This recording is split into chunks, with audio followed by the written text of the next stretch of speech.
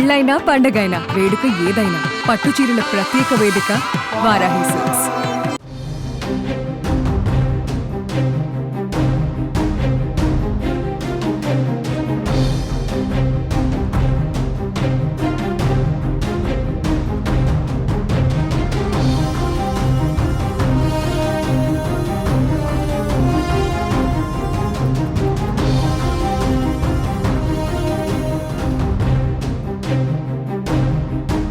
ఇటీవలే రాజమండ్రిలో రామ్ చరణ్ హీరోగా నటించిన game changer pre release event సందర్భంగా జరిగిన రోడ్డు ప్రమాదంలో 2 యువకులు మృతి చెందారు. ఈ ప్రమాదం జరిగిన కాకినాడ రాజమండ్రి మధ్య ఏడీబీ రోడ్డు ప్రమాద స్థలాన్ని Janasena chief AP deputy CM Pawan Kalyan పరిశీలించారు. రాజమండ్రి నుంచి రంగంపేట ఏడీబీ రోడ్డు మీదుగా పిఠాపురం వెళ్తున్న పవన్ కళ్యాణ్ ప్రమాద స్థలం దగ్గర అధికారులతో కలిసి ఆగారు. రోడ్డు మరమ్మతు పనుల గురించి ఆరా తీశారు.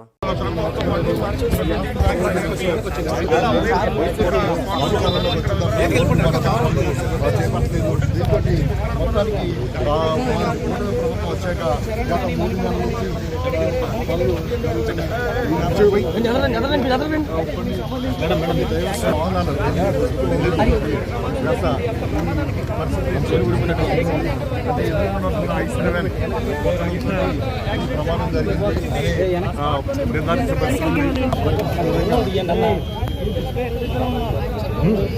విధంగా పవన్ కళ్యాణ్ ముందు ఇక్కడికి వచ్చి సంఘటన స్థలాన్ని చూస్తారు. తర్వాత ఇప్పుడు ఇక్కడి నుంచి బయలుదేరి పిఠాపురం వెళ్తారు. పిఠాపురంలో ఇక్కడ గోకులాన్ని ప్రారంభిస్తారు. ఆ తర్వాత సంక్రాంతి సంబరాల్లో పాల్గొంటారు. అయితే ముందుగా ఈ ఘటనా స్థలాన్ని పరిశీలిస్తానని చెప్పి పవన్ కళ్యాణ్ ముందుగానే చెప్పడంతో ఇక్కడ ప్రీ రిలీజ్ ఈవెంట్ కు పవన్ కళ్యాణ్ ముఖ్య అతిథిగా హాజరయ్యారు. అయితే ఈవెంట్ అనంతరం తిరుగు ప్రయాణంలో జరిగిన ప్రమాదంలో కాకినాడ జిల్లా గైగోలుపాడుకు చెందిన 6వ మణికంఠ, తోకాడ చరణ్ మృతి చెందగా వారికి జనసేనాని డిప్యూటీ సీఎం పవన్ కళ్యాణ్ తరపున 5 లక్షల చొప్పున ఆర్థిక సహాయాన్ని ప్రకటించారు.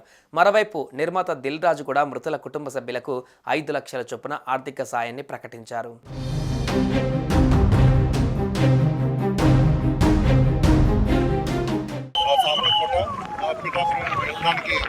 సంబంధించిన రోడ్డు ఇప్పుడే పవన్ కళ్యాణ్ ఇక్కడికి చేరుకుంటున్నారు.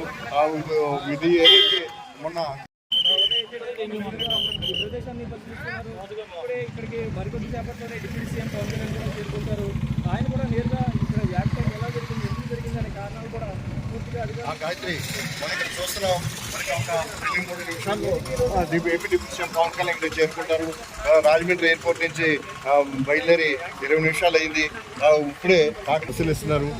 పవన్ కళ్యాణ్ ఏదైతే ఏడీబీ రోడ్డు ఉందో రాజానగర్ నుంచి ఇటు పెద్దాపురం అలాగే సామర్లకోట పిఠాపురం వెళ్ళడానికి సంబంధించిన రోడ్డు ఇప్పుడే పవన్ కళ్యాణ్ ఇక్కడికి చేరుకుంటున్నారు. ఇది ఏదైతే మొన్న ఆయన ఘటనా స్థలాన్ని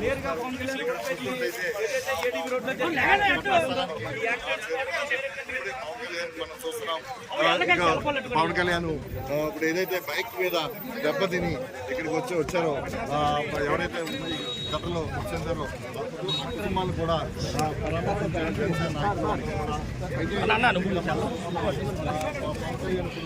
ఏదైతే స్పాట్ ఉందో స్పాట్లో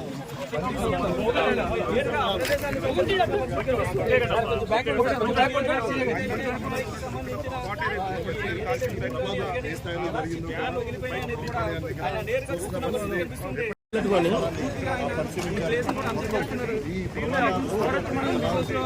డిప్యూటీ సీఎం పవన్ కళ్యాణ్ ఎందుకు జరిగింది ఏంటని కూడా కారణాలు అడిగి అధికారులు తెలుసుకున్న ప్రయత్నం చేస్తున్నారు.